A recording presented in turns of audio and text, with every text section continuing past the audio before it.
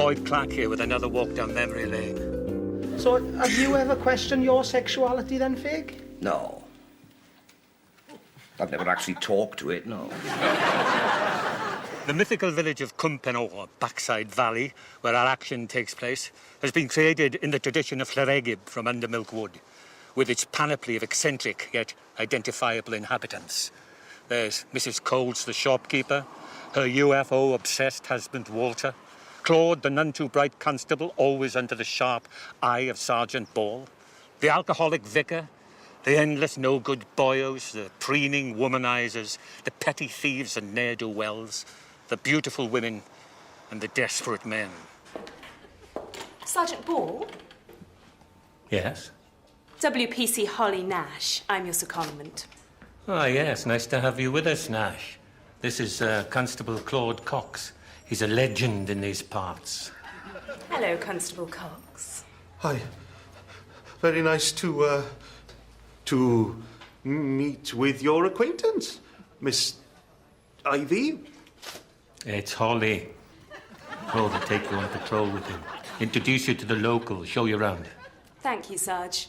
I'll just go and strain the parsnips first, if I may. Down the stairs, third on the left. Thank you, Sarge. She's a living doll, Sarge. Yeah, she is. Sometimes I'm walking down the road and I see a young couple approaching with a pram and a couple of children. 25, 30 yards away, their faces light up in a smile. Yeah. And they come up and talk to me, but sometimes calling me Sergeant Ball. And we discuss a particular episode or some such thing. And to see the joy it brings to people is immensely satisfying. I think you might be in there, Claude. Me? You don't think so, do you? I do. WPCs are notoriously promiscuous, as you know. And this one, she's well-educated and intelligent, too. Such women are often sexually drawn to thick, ugly men for the novelty value. The more people that we meet in the street and come up to us and talk about it is we realise that it does touch people's hearts, and it is because it's about universal themes that everybody can relate to. It's difficult to pull out one show or one character. It is so well written, it's so funny. And I mean, I've lived in the Valley all my life, and the humour I'm seeing on screen is something I have seen and heard all my life. So it's bang on. It can be sort of sometimes an exaggerated humour, which it is, but, you know, we grow up with one-liners, the put-downs, the funny, you know, there's names that pop up all the time. We have nicknames for people. It's all there on the show. Oh, Sergeant Ball have sent you 2 presents. The first one is this. Oh, that's fantastic, man. That's better than my old one. Sergeant Ball discovered it in the bedroom of an house we was investigating after a break-in. People do always assume it was took by the thieves, like. It's an old police trick. Claude was great to play because he's such a naive fool, and what was great about him was the fact that you could say all this outrageous stuff, much like, you know, Maggie Cannon. In the scripts, but there's no...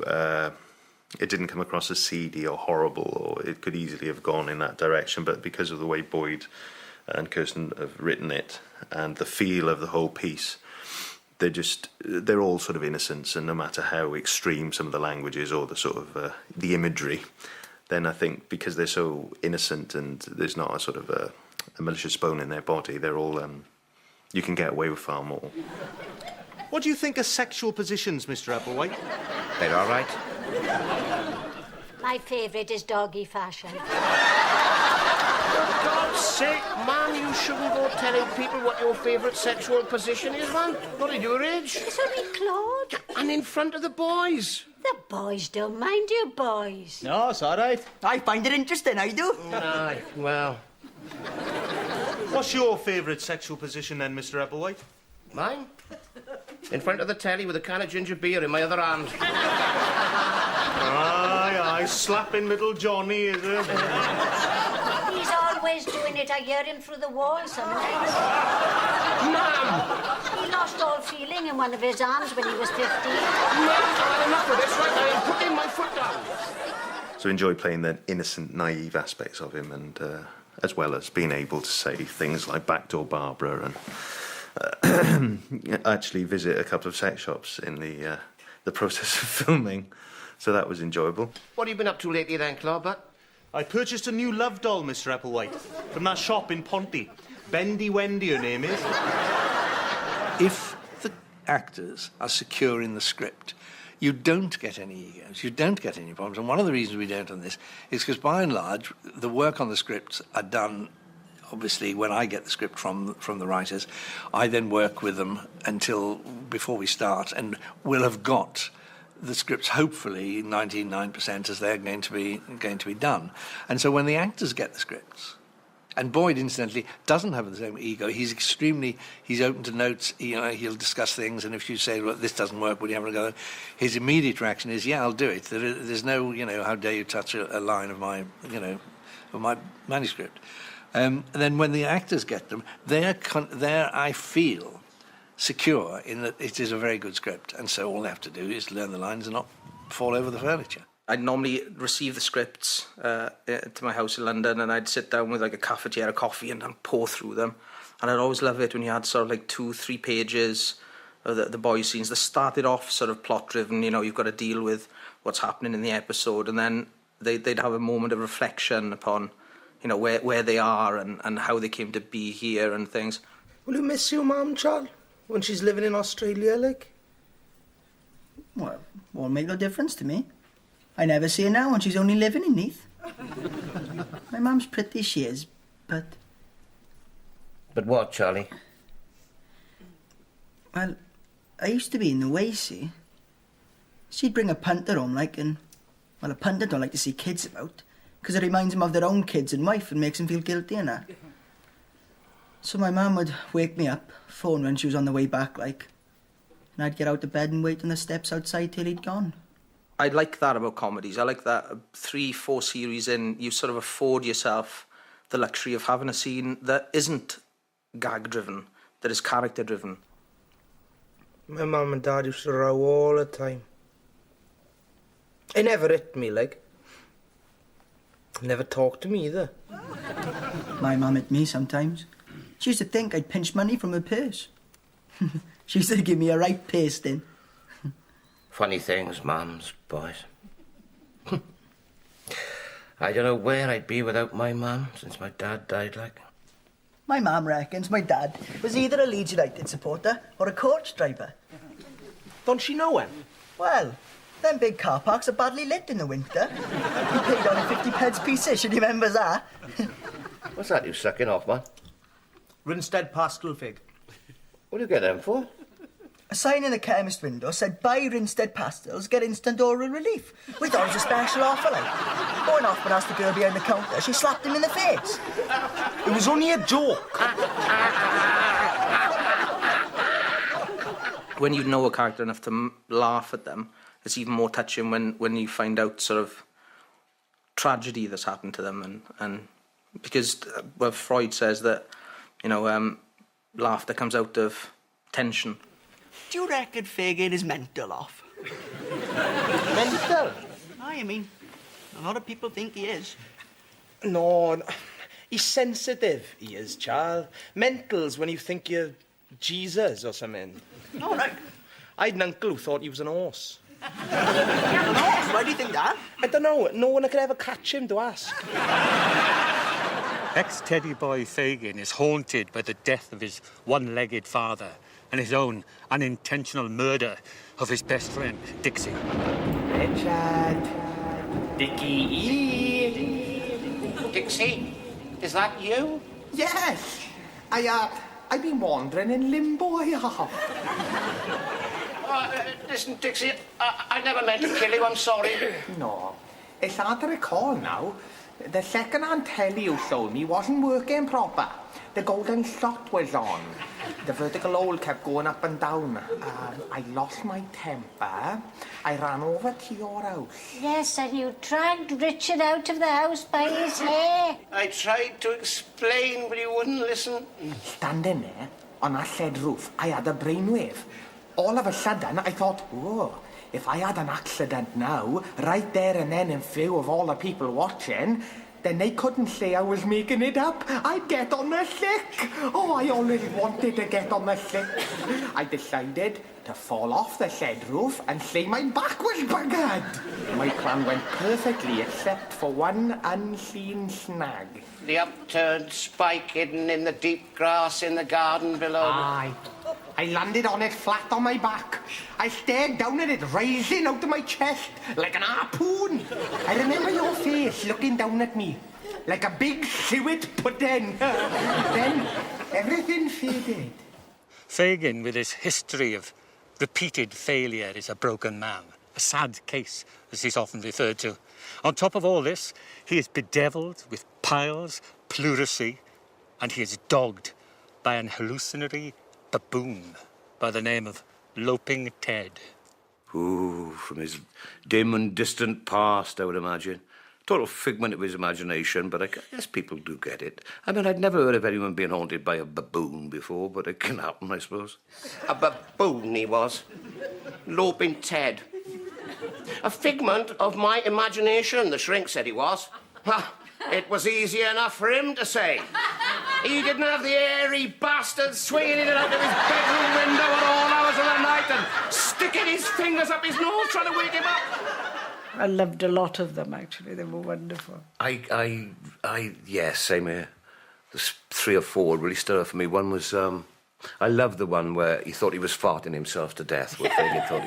I thought that was just so absurd. Wonderful. Gems of scenes in it with the doctor and so on. Yeah. Oh, it smells like an Afghan brothel in here. Applewhite, what have you been eating? Nothing, Doctor. So what's the problem? I've been breaking wind with unnatural frequency and ferocity, Doctor. Charming. These are your medical notes. Look, you see what's stamped on the cover in red? Recidivist neurotic. What does that mean? It's medical speak for nutter. That episode with my mother coming back is probably my favourite. It was lovely to work with somebody else in the group of 4 of us, because before that, I don't think we'd had a lot of scenes with other characters in the house. And it was nice for me to have that mother figure to act with. Mum! Mum! Hello, kiddo.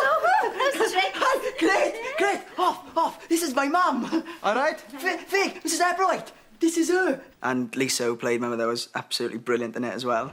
And this is the post box. They don't pick up letters from it no more, like, because the postman do get attacked and that. Aye, but it still works and that. You can still put letters in it, like. Aye. But it was a nice, different dynamic into the group. Sergeant Paul! He's a copper. No, he's all right. Aye. All right, Sarge? All right, lads. Who's this, then? It's my mum. Oh, yes. Pleased to meet you, madam. Likewise, I'm sure. Charlie is a favour. Go to the shop and get some sweets for you and your friend. Can we get Rinstead pastilles from the chemist instead? Whatever. Oh, great. Come on up. So, you're the law around here, are you?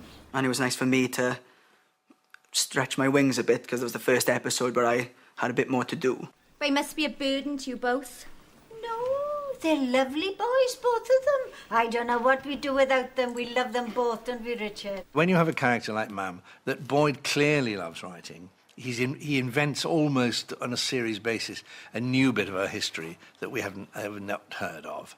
And it is invariably funny, but it is also invariably told without any degree of salaciousness. I mean, Mam can talk matter-of-factly about things which take away any nastiness from them, although some of the things that she clearly got up to in her past were, fairly racy. I used to ride the horses on my Uncle Lewis's farm when I was a girl. It was on a horse that the idea of becoming an erotic entertainer first Well, let's not go into that now, ma'am, shall we? I used to ride bareback along those cobbled roads. I had my first orgasm on there. Oh, for God's sake, ma'am! A woman your age shouldn't be talking about having orgasms, ma'am. Why not? I talk about caravan holidays, and I haven't had one of those for 20 years. The fact that she's been an erotic dancer and she's had lovers galore. I used to be an erotic dancer, you see. Really? Me too? Never. What's your name? Daisy O'Toole. I used to perform under the name of Margaret Evans. What's your name? Elsie Hepplewhite. My stage name was Fifi Lamour. Not the Fifi Lamour. Yes. Good God. You're a legend. Now, is it true that you once demonstrated 68 sexual positions in front of an Iron Bevan? Yes, in the Conservative Club at Tom Pentry. He'd never laughed so much in all of his life, he said. There were many lines I never wanted to say, but my director always insisted that I said them. And I'd say, but she wouldn't say that. He said, that's why it'll get a laugh. And he was always right, unfortunately. And he did.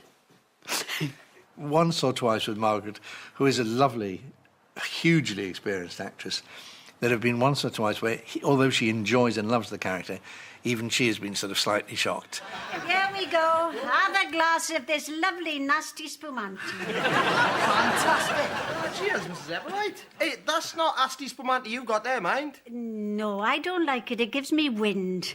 Mine's a penis colada. We learned early on that the way in which the character can get away with it is to enjoy telling the story. So I would say to Margaret, you've just done that passage, and it's absolutely right, and you'll get the laughs. But there was a feeling that you were slightly shocked by it, or disapproving, and you mustn't do that. If you say it with, either in a totally matter-of-fact way, or if you actually enjoy it, then the audience will as well. And, of course, that's the only time Maggie ever needs some direction, because she's an instinctively good actress and a good player. Hoffman reckons he's a needle puss. What? It's Italian, ma'am. It means he wants to shag old women. Do you think so? Yes, yeah, I do. People say it's not like the Valleys, but it is, It's a little bit more extended, but I like the fact that they're all a bit like people in the Valleys. That was fun. That's great. I like all of them, but it got to be Mrs. Epplewhite. Mrs. Epplewhite? She is a rare character. Do you know anyone like her? No. No? I wish I had a gran like her, mine. That would be all right, wouldn't it? But, yeah. Mum reminds me so much of my nan. Oh, really? Yeah. There is an official branch of the mafia in Wales. Is there? Oh, aye. The Taffia is called. The Welsh-speaking mafia. They make you an offer you can't understand. Really good writing and just funny and just a lovely programme to watch. I have heard some people suggest that High Hopes is somehow portrays a limited or even negative view of Welsh society. I couldn't disagree with that more. Who are you? What do you want? I'm Charlie's mother. I've come to see him. Charlie's mother? The prostitute? Well, it's better than walking the streets. Sit down, love. Would you like a cup of tea? It's already made. Ta.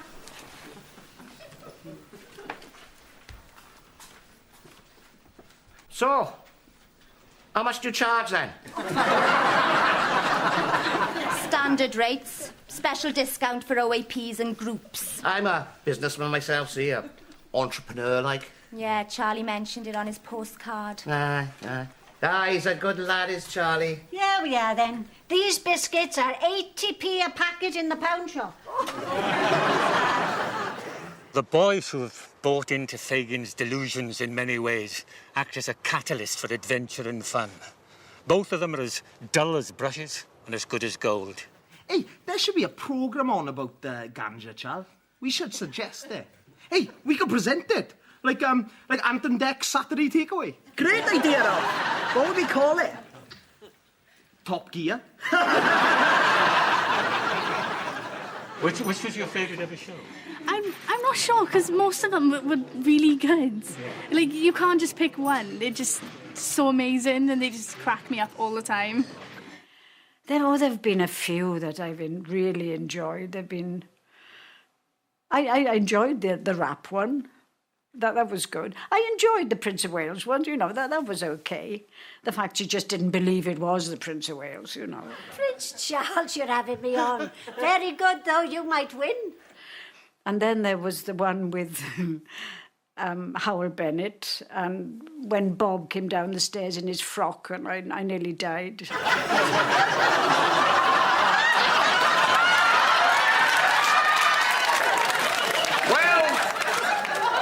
You look lovely, son. Unbelievable, but. Aye, unbelievable.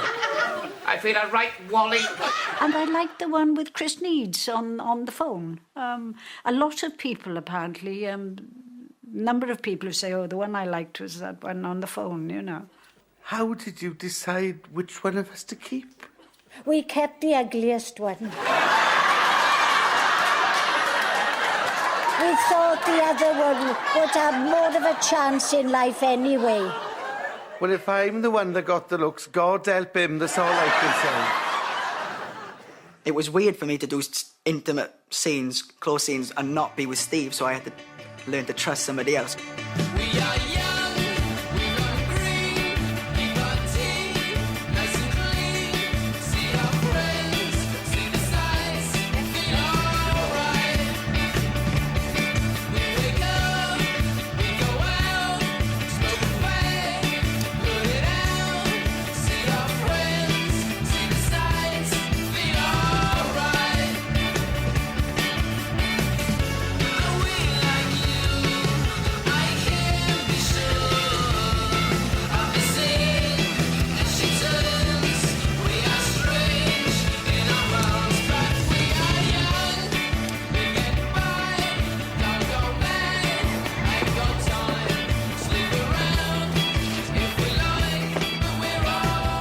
Arm wrestle.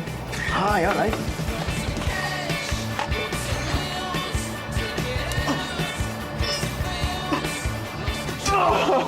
Yes.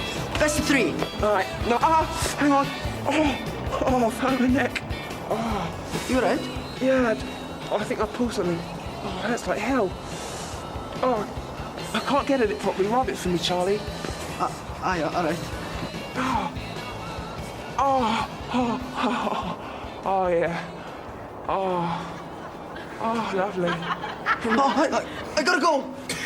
All right. Where will you go, love? Cardiff, Mrs. Applewhite. I'll just drift along in the gay scene. Suppose I'll end up where all gay young blokes from the valleys end up. Working for S4C, is it? We'll stand by you, we all will. It's not your fault, we don't love you any the less. Nah, right enough. It's just bad luck, it is. Thanks, Mrs. Applewhite. You've always got a home here. I'm proud of you, I am.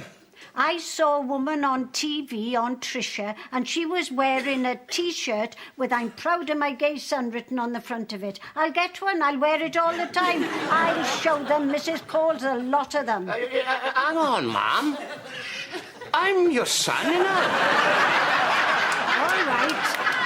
I'm proud of my son's gay apprentice I'll have on the front. Aye. My mum said I could go and live with her and a new bloke in Australia. But I don't want to live in Australia.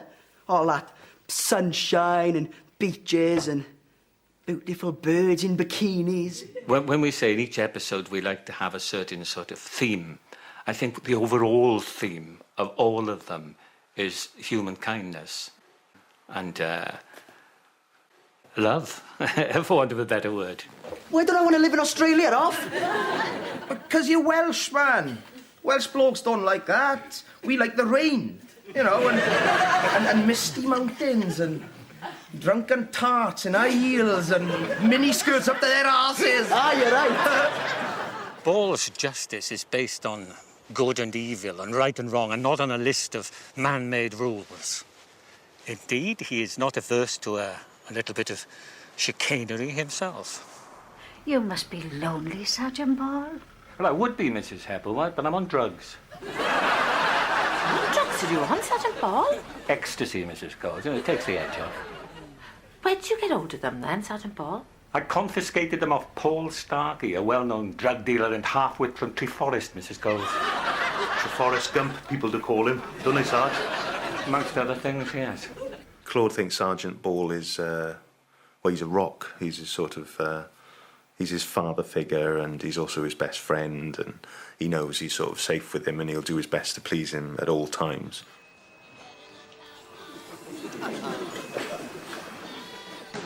I'm off, Claude. Constance and Angel will be waiting for me. Good to have a family. Hi. Still, I'll be all right. You won't be lonely? No. I'll be fine, Sarge. I'll finish slicing the turkey and then I'll take some sandwiches down to Filbert Phillips and his brothers in the cells. It's only fair, them having acquired the bird in the first place. I ain't giving Malcolm and the elves none, though. They can whistle for it. Then I'll have my own Christmas supper, get my head down, and wait for Santa. Fair enough. Good night, Claude, my old friend. And a very Merry Christmas to you. So long, Arthur.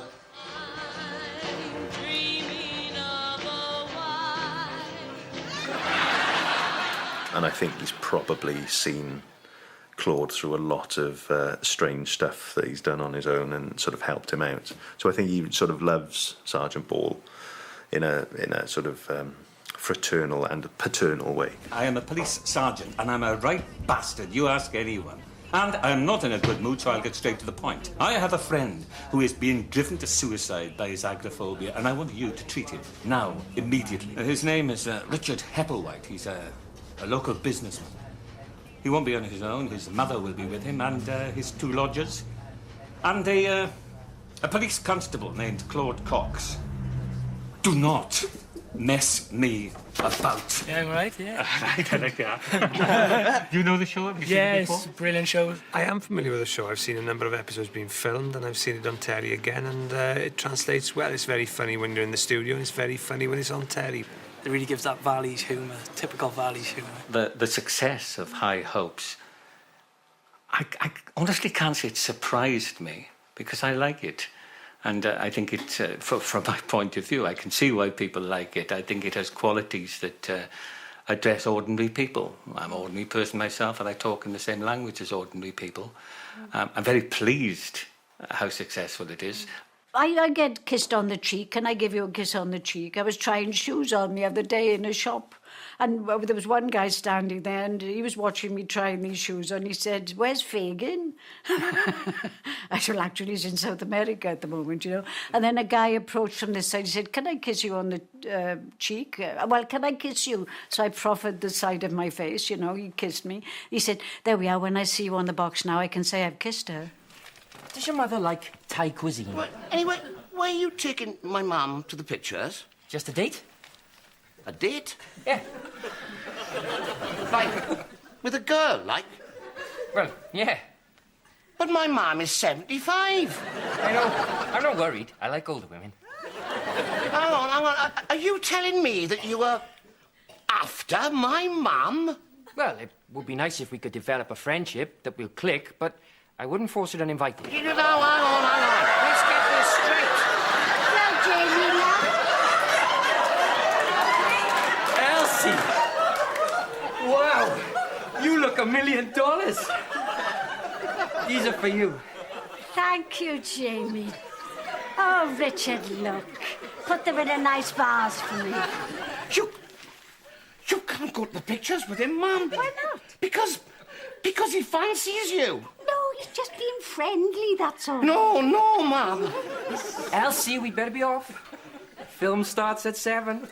Bye, son. Don't wait up. No, Mum. Mum.